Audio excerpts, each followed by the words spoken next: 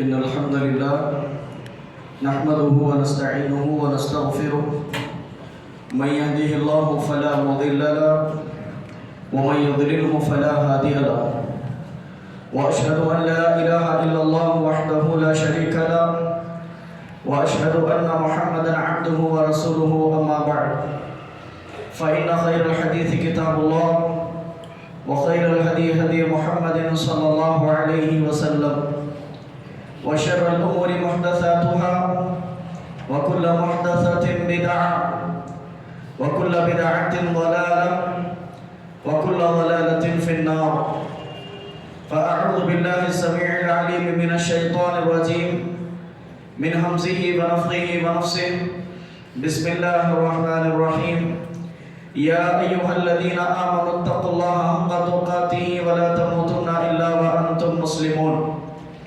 يا أيها الناس اتقوا ربكم الذي خلقكم من نفس واحدة وخلق منها زوجها وبث منهما رجالا كثيرا ونساء واتقوا الله الذي تساءلون به والأرحام إن الله كان عليكم رقيبا يا أيها الذين آمنوا اتقوا الله وقولوا قولا سديدا يصلح لكم أعمالكم ويغفر لكم ذنوبكم ومن يطع الله ورسوله فقد فاز فوزا عظيما وقال تعالى في مقام آخر بسم الله الرحمن الرحيم قاف والقرآن المجيد بل عجبوا أن جاءهم منذر منهم فقال الكافرون هذا شيء عجيب أإذا متنا وكنا ترابا ذلك رجع بعيد قد علمنا ما تنقص الأرض منهم وعندنا كتاب حفيظ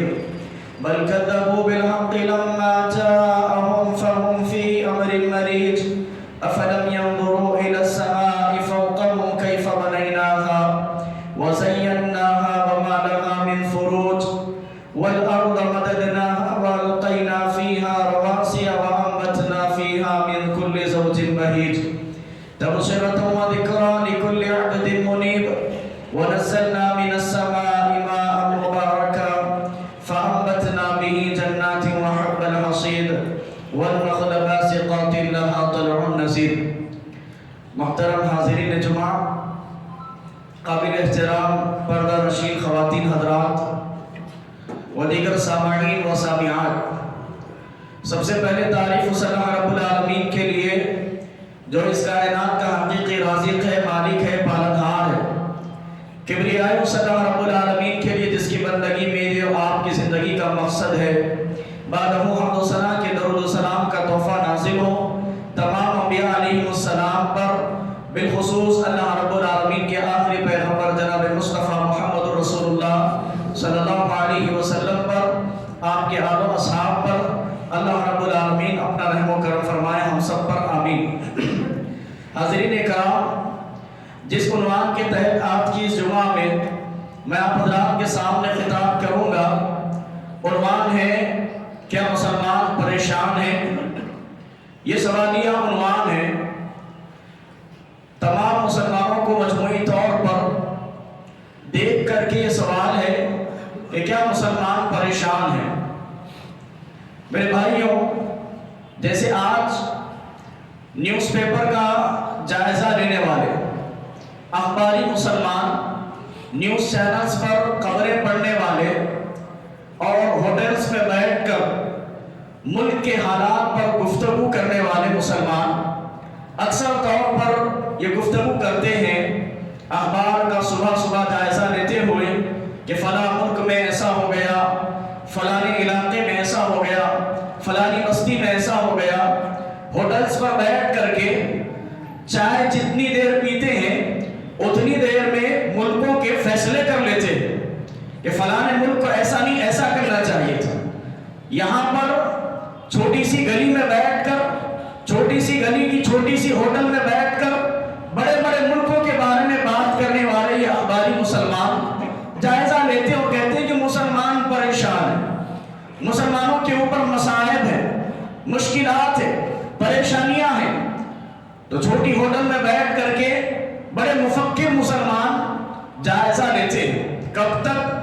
جب تک وہ ایک کپ چائے مکمل نہ ہو جائے. چائے کی چسکیاں لیتے ہوئے ملکوں کے فیصلے کرنے والے، چائے ختم، اخبار پڑھنا ختم، ان کی فکر ختم. ہوٹل چھوڑ دیا، وہی ملکوں کے حالات کی فکر ختم. نیوز چینل پر جب ٹی وی بند کر دیا، وہیں پر ملک کے حالات کی فکر ختم، مسلمانوں کی فکر ختم.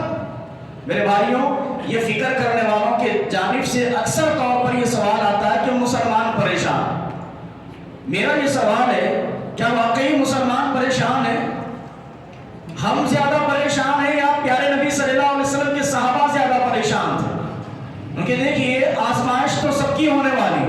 اللہ رب العالمین نے قرآن کریم میں ارشاد فرمایا، احسب الناس ان یترکوا ان یقولوا آمنا وهم لا یفتنون. کیا لوگ یہ سمجھتے ہیں کہ وہ صرف یہ کہہ دے کہ ہم ایمان لائے تو انہیں چھوڑ دیا جائے گا؟ کیا انہیں فتنوں میں ملبس نہیں کیا جائے گا؟ کیا انہیں آزمایا نہیں جائے گا؟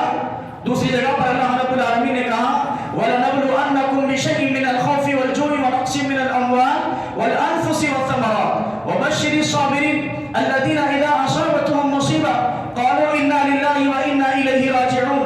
اللہ رب العالمین نے کہا کہ ہم ضرور انہیں آزمائیں، ان کی جانوں میں کمی کر کے، ان کے مالوں میں کمی کر کے، خوف کے ذریعے سے، بھوک کے ذریعے سے، پھلوں میں کمی کر کے، اولاد میں کمی کر کے، ہر طریقے سے انہیں آزمایا جائے گا. تو میرے بھائیوں، ان آزمائش میں ہم زیادہ پریشان ہیں یا صحابہ کرام زیادہ پریشان تھے؟ آئیے جائزہ لیتے ہیں. سب سے پہلے ایک امتحان کا، یعنی بھوک کے ذریعے سے اللہ ہمیں آزما رہا ہے یا صحابہ کرام کو آزما چکا ہے. تو دونوں میں سب سے زیادہ پریشانی کس کی بڑی تھی؟ آپ دیکھیے، اللہ کے نبی صلی اللہ علیہ وسلم پہلے دور رسالت کا ایام چل رہے ہیں. پیارے نبی صلی اللہ علیہ وسلم کی ایمان لانے والے صحابہ کرام پر لوگ ٹوٹ پڑے. پیارے نبی صلی اللہ علیہ وسلم کا اور ایمان لانے والے صحابہ کرام کا سوشل بائیکاٹ کیا جاتا ہے. اللہ کے نبی صلی اللہ علیہ وسلم کو اور آپ صلی اللہ علیہ وسلم پر ایمان لانے والے صحابہ کرام کو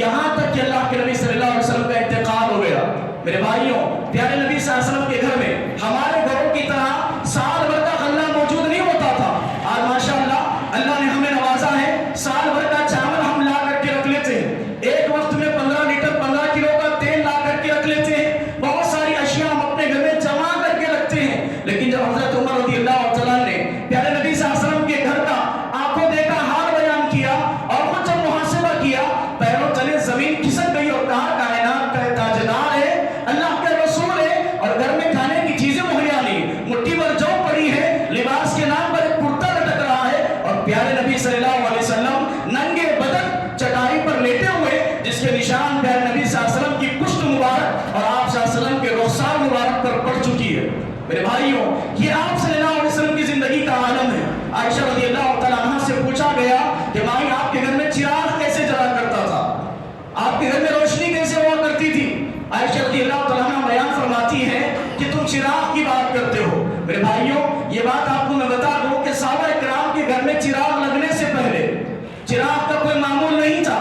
سب سے پہلے چراغ مسجد نبوی میں لگایا گیا۔ جیسے آج ہماری ماؤں بہنیں، اگر کوئی اہل ثروت، کوئی دینے والا اللہ کی راہ میں دینا شروع کرے، اللہ تعالیٰ کے گھروں کی تعمیر میں پیسہ دے یا کسی کو کھانا پہنچائے، تو ہماری خواتین کی زبانوں سے یہ جملے نکلتے ہیں، پہلے گھر کو چراغ لگاؤ، بعد میں مسجد میں چراغ لگاؤ۔ لیکن یہاں صحابہ کرام کا معمول ایسا نہیں تھا۔ اپنے گھر کو روشن کرنے سے پہلے اللہ کے گھروں کو روشن کیا کرتے تھے، اللہ کے گھر کو چراغ لگایا کرتے تھے۔ پوچھا گیا مائی آپ کے گھر میں چراغ کیسے جلا کرتا تھا؟ عائشہ رضی اللہ تعالیٰ عنہ بیان فرماتی ہے کہ تم گھر میں چراغ کی بات کرتے ہو، اگر گھر میں جلانے کے لیے چراغ کے لیے تیل ہوتا، وہ تیل ہم پی کر کے اپنی بھوک کو مٹا لیا کرتی تھی، ہم چراغ کہاں جلایا کرتی تھی؟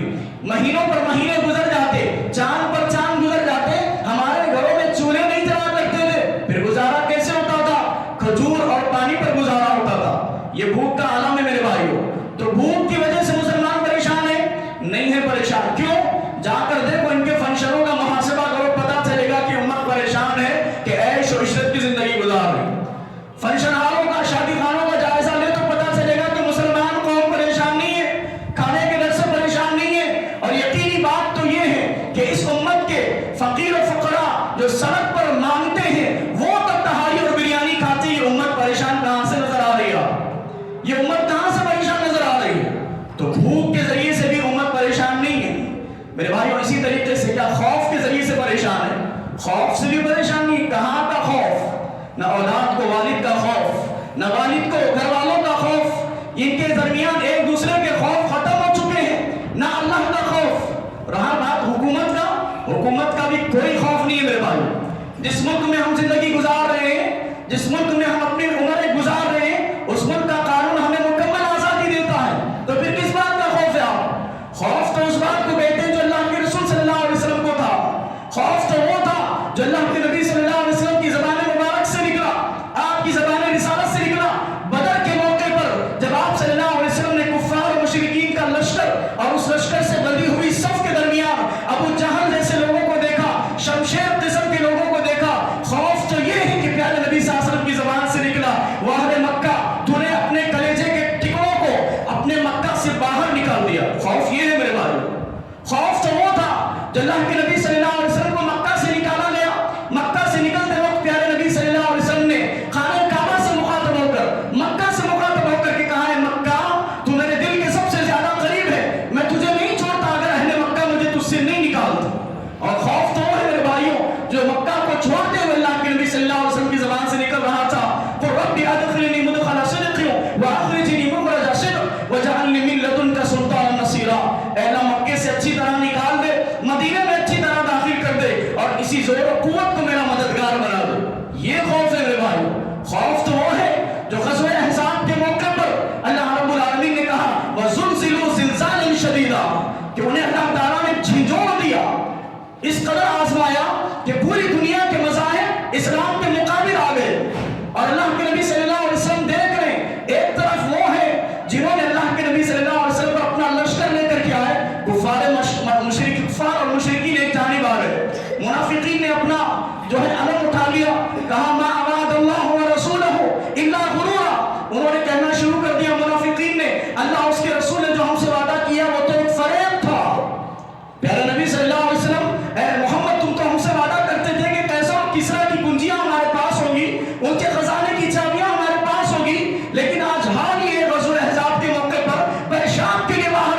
دشوار ہے اور تم ہمیں وعدہ دلا رہے ہو. ایک طرف پھر بنو قریظہ نے اپنا عہد و پیمان توڑ دیا.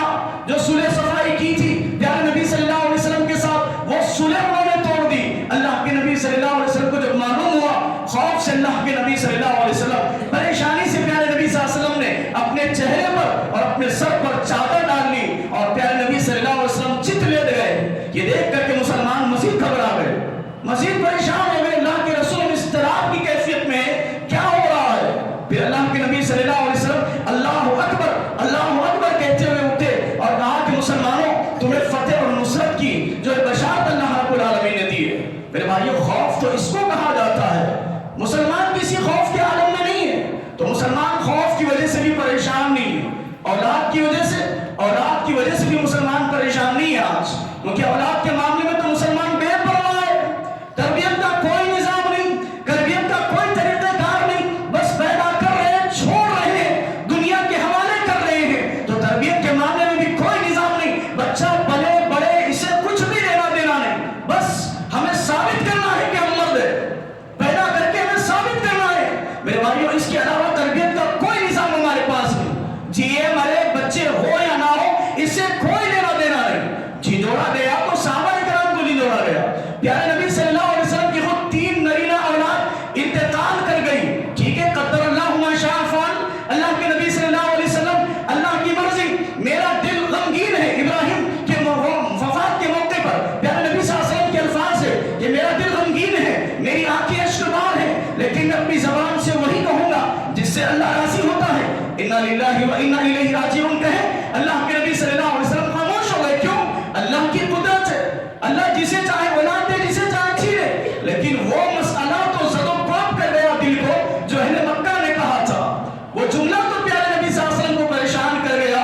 کہا کہ محمد تم تو ابتر ہو گئے, تمہاری نسل کو آگے بڑھانے والا باقی نہ رہا. جب تمہاری نسل کو آگے بڑھانا والا باقی نہیں رہا, تو تمہارے دین کو کون آگے بڑھائے گا؟ یہ جملہ پریشان کر گیا. اور کتنے صحابہ کرام ایسے نہیں ہیں جنہوں نے ہجرت کے موقع پر اپنی اولاد کو چھوڑا, اپنی بیویوں کو چھوڑا. تو اولاد کی وجہ سے بھی مسلمان پریشان نہیں ہے. کس وجہ سے پریشان ہے میرے بھائیوں؟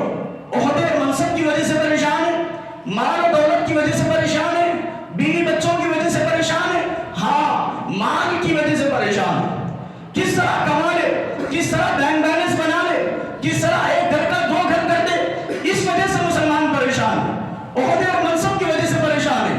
اور عہدے اور منصب کا نشہ تو اس قدر مسلمانوں کو چڑھا ہے, یا مسلمان کے خاص لوگوں کو چڑھا ہے میرے بھائیوں, جس نشے نے امت کا شیرازہ بکھر دیا, آپسی محبت کو پارا پارا کر کے رکھ دیا, آپسی اتحاد اتفاق کو برباد کر کے رکھ دیا. عہدے اور منصب کے نشے نے اس قدر لوگوں کو اپنے آپ کو, اس قدر عہدے کے حوالے انہوں نے اپنے آپ کو کر دیا, گویا کہ ہوا پانی فضا جیسے انسان کی جینے کے لیے ضرورت ہوتی ہے, ویسے عہدے کو اپنے جینے کی ضرورت بنا لیا, عہدے کو اپنے زندہ رہنے کی ضرورت بنا لیا. عہدہ ملا اللہ کی جانب سے, ٹھیک ہے, اللہ تعالیٰ کی جانب سے عزت ملی, چھین لیا گیا, اللہ کی جانب سے چھین لیا گیا. 2 ہی بات ہو سکتی ہے, لیکن مطالبہ تو نہیں کیا جا سکتا, مطالبہ تو نہیں کیا جا سکتا. منع کیا اللہ کے رسول صلی اللہ علیہ وسلم نے عہدے کا مطالبہ کرنے سے. میرے بھائیوں, یہ عہدے کا نشہ اس قدر چڑھا ہے, اس عہدے کے ہٹتے ہی لوگ بیگانے ہوتے جا رہے, غیر ہوتے جا رہے, پرائے ہوتے جا رہے, تعلقات کے استوار رکھنے کے قائل نہیں ہوتے جا رہے, بے تعلقی اختیار کر رہے, مساجد کو چھوڑ رہے, لوگوں سے اپنے تعلقات کو غیر استوار کر رہے. میرے بھائیوں, کیا صحابہ کرام کی سیرت ہم نے نہیں پڑھی؟ خالد بن ولید رضی اللہ تعالیٰ عنہ سیرت آپ نے پڑھی ہے, سنی ہے, بڑی معروف شخصیت ہے. 100 جنگیں انہوں نے لڑی, 50 جنگوں کو اسلام کے خلاف لڑا, اور 50 جنگ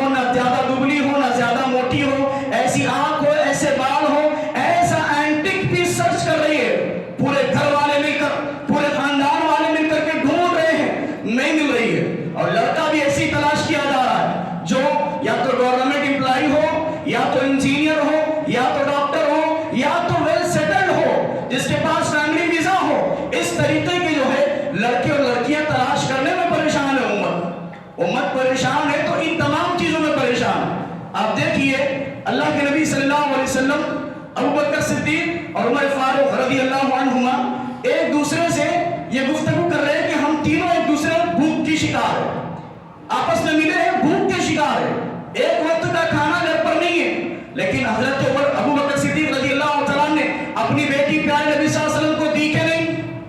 عمر رضی اللہ تعالیٰ نے اپنی بیٹی حفصہ رضی اللہ عنہ پیارے نبی صلی اللہ علیہ وسلم کے نکاح میں دی کہ نہیں دی؟ یہ نہیں سوچا انہوں نے کہ پیارے نبی صلی اللہ علیہ وسلم کے گھر میں کھانے کو نہیں ہے، خود میں نے محاسبہ کیا کہ پیارے نبی صلی اللہ علیہ وسلم کا حجرہ اتنا تنگ ہے، تہجد کے لیے جب نماز پڑھتے ہیں سجدہ کرنے کے لیے جگہ نہیں ہوتی، عائشہ رضی اللہ تعالیٰ کے پیر کو دھکا دیتے ہیں، وہ پیر سمیٹتی ہے اور جب سجدہ کرتے ہیں، کیسے میں اپنی لڑکی دوں؟ انہوں نے نہیں سوچی یہ بات۔ میرے بھائیوں، اللہ کے نبی صلی اللہ علیہ وسلم کی زندگی پر اسوہ بنانے کے لیے اللہ رب العالمین نے کہا گیا تو امت پریشان ہے مال کے خوف میں، بھوک کے ڈر سے نہیں پریشان، مال کمانے میں، عہدہ حاصل کرنے میں، لڑکیوں کے پیچھے تمام ان کی پریشانیاں ہیں، دینی پریشانی نہیں ہے، آخرت کے لیے فکر مند نہیں ہے، جنت میں جانے کی طرف نہیں ہے، جہنم سے بچنے کی خواہش نہیں ہے، اللہ تعالیٰ کی رضا حاصل کرنے کی جستجو نہیں ہے۔ میرے بھائیو، جبکہ فکر کیا ہونی چاہیے؟ آپ دیکھیں انبیاء علیہ السلام کی فکریں کیا ہوتی تھی؟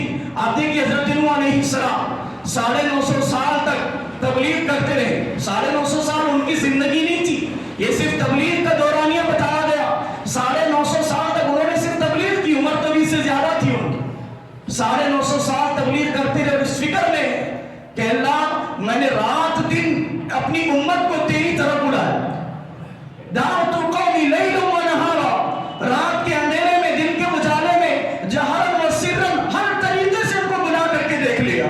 950 سال تک کس صبر کے ساتھ انہوں نے کام کیا ہوگا تبلیغ کا، اللہ تعالیٰ کی توحید اور وحدانیت کا کیا کام کیا ہوگا 950 سال تک؟ یہ فکر ہمارے اندر ہونی چاہیے۔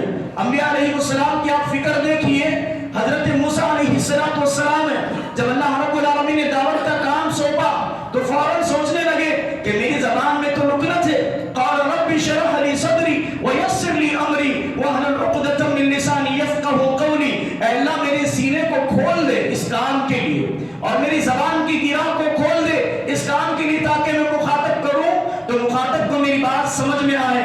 اس فکر کے ساتھ انہوں نے زندگی گزاری اور اللہ کے نبی حضرت موسیٰ علیہ السلام، دیکھیے آپ کی فکر امت کی کتنی ہے، اپنے بھائی کی کتنی فکر ہے، کوہ طور پر جاتے ہیں اللہ تعالیٰ کے فرمان کو لینے کے لیے، جب واپس آئے تو دیکھا کہ امت جو ہے بت کی پوجا میں یا جانور کی پوجا میں، گائے کی پوجا میں ملوث ہو چکی ہے، اور اللہ کے اس رسول نے امت سے کہا، اپنی قوم سے کہا چلو بیت المقدس پر چڑھائی کرنی ہے، قوم نے انکار کیا اور کہا فَاذْهَبْ أَنْتَ وَرَبُّكَ إِنَّا هَاهُنَا قَاعِدُونَ، تم تمہارا رب جا کر کے لڑ لو، ہم یہاں پر بیٹھ کر فتح کا انتظار کریں گے۔ سننے والے نے اپنے کپڑے پھاڑ لیے، مورخین نے لکھا حضرت موسیٰ علیہ السلام گھٹنوں تلے زمین پر بیٹھ جاتے اور کہتے ہیں اللہ اس قوم سے میں بری ہوں۔ میرے بھائیوں، مسلسل فکر میں زندگی گزاری، امت کی فکر میں زندگی گزاری کہ توحید پرست بن جائے۔ یعقوب علیہ السلام کی آپ زندگی دیکھیے، انہوں نے اپنی اولاد کو بلایا، وفات کے وقت اذ حضر یعقوب الموت ما تعبدون من بعدی، انہوں نے اپنی اولاد سے پوچھا موت کے وقت کہ میرے بچوں میرے بعد تم کس کی عبادت کرو گے؟ بچوں نے جواب دیا ہے ہمارے والد، ہم اپنے دادا اور اپنے والد کے رب کی عبادت کریں گے۔ میرے بھائیوں، یہ فکر ہے اصل فکر۔ اللہ کے نبی صلی اللہ علیہ وسلم کی مکمل زندگی اسی فکر میں گزری۔ ابو بکر صدیق رضی اللہ تعالیٰ عنہ اس امت کے سب سے پہلے خطیب ہے، پیارے نبی صلی اللہ علیہ وسلم سے کہا شروعات کے اسلام کے دور میں، اللہ کے رسول میں اپنے خاندان والوں کو بلا کر دعوت دینا چاہتا ہوں۔ اللہ کے نبی صلی اللہ علیہ وسلم نے کہا نہیں ابو بکر، ہم ابھی تعداد میں تھوڑے ہیں، لیکن پھر ابو بکر صدیق رضی اللہ تعالیٰ نے اصرار کیا، نبی نے اجازت دے دی۔ جب انہوں نے ٹھہر کر کے لوگوں کے سامنے توحید پیش کی، نتیجہ یہ ہوا سارے عرب کے مشرکین ٹوٹ پڑے اور ابو بکر صدیق رضی اللہ تعالیٰ کو اتنا مارا آپ کا چہرہ پہچان میں نہیں آتا تھا۔ یہ فکر ہونی چاہیے میرے بھائی، اپنے تعلق سے، اپنے گھر والوں کے تعلق سے، خاندان والوں کے تعلق سے، رشتہ داروں کے تعلق سے یہ فکر ہونی چاہیے کہ ان کی زندگیوں میں توحید کیسے نافذ ہو، ان کی زندگیوں میں توحید کیسے نافذ ہوگی۔ میرے بھائیوں، ہماری زندگیوں سے یہ فکر نکل چکی ہے، ہماری زندگیوں سے یہ فکر جا چکی ہے۔ دعوت و تبلیغ جو ہماری اصل ذمہ داری ہے،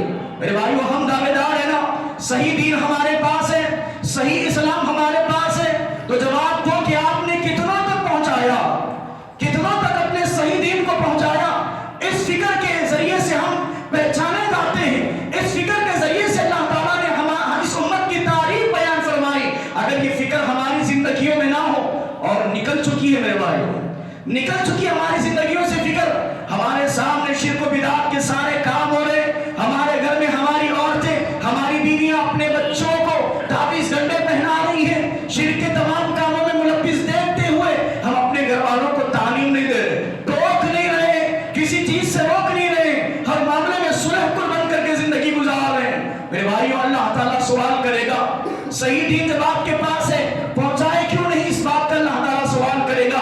اسی طریقے سے میرے بھائیو امت کے بارے میں یہ معلوم ہوا کہ یہ امت پریشان نہیں ہے، اس دور کی امت پریشان نہیں ہے، مزے میں زندگی گزار رہی ہے، عیش و عشرت میں زندگی گزار رہی ہے۔ جو لوگ پریشان ہیں، ایک بات یاد رکھیے آپ، ایک بات یاد رکھیے کہ دو طریقے کے مسلمان ہیں۔ ایک وہ ہیں جو اللہ تعالیٰ کی راہ میں لگے ہوئے ہیں، جو دیندار ہے، دیندار پر کچھ مشکلات آتی ہے تو سمجھیے اس کے ساتھ آزمائش ہو رہی ہے۔ اسی طرح دنیا پر اس کے اوپر مشکلات آتی ہے تو یہ سمجھیے کہ وہ آزمائش نہیں، وہ اللہ کا عذاب ہے۔ یہ دو فرق سمجھ کر کے چلے اور اپنی زندگی کا محاسبہ کرے۔ اگر ہم دیندار ہیں، ہمارے گھر میں فقر و فاقہ چل رہا ہے تو یہ آزمائش ہے۔ اگر ہم دیندار نہیں ہیں، دنیا پرست ہے اور ہم پر مصیبتیں آ رہی ہیں تو یہ اللہ تعالیٰ کا عذاب ہے۔ لہذا اس عذاب کو دعوت دینے سے پہلے ہمیں اپنی زندگیوں کا جائزہ لینا چاہیے۔ ہمیں اپنی زندگیوں کا جائزہ لیتے ہوئے اللہ رب العالمین کی راہ میں زندگی گزارنا چاہیے۔ پریشانیاں تو انسان کا مقدر ہے، اللہ رب العالمین آزماتا ہے، موت سے پہلے ہر کسی کو آزمایا جائے گا۔ اللہ رب العالمین سے دعا کرتے رہے کہ اللہ تعالیٰ ہمیں آزمائش میں عافیت کا معاملہ فرمائے۔ جب ہماری آزمائش ہو تو اللہ تعالیٰ ہمارے ساتھ عافیت کا معاملہ فرمائے اور دنیا پرست بننے سے ہماری حفاظت فرمائے، آخرت کی تیاری میں ہمیں زندگی گزارنے کی توفیق نصیب فرمائے۔ ان باتوں پر اکتفا کرتے ہوئے میں اللہ رب العالمین سے دعا کرتا ہوں کہ کہیں کہیں بات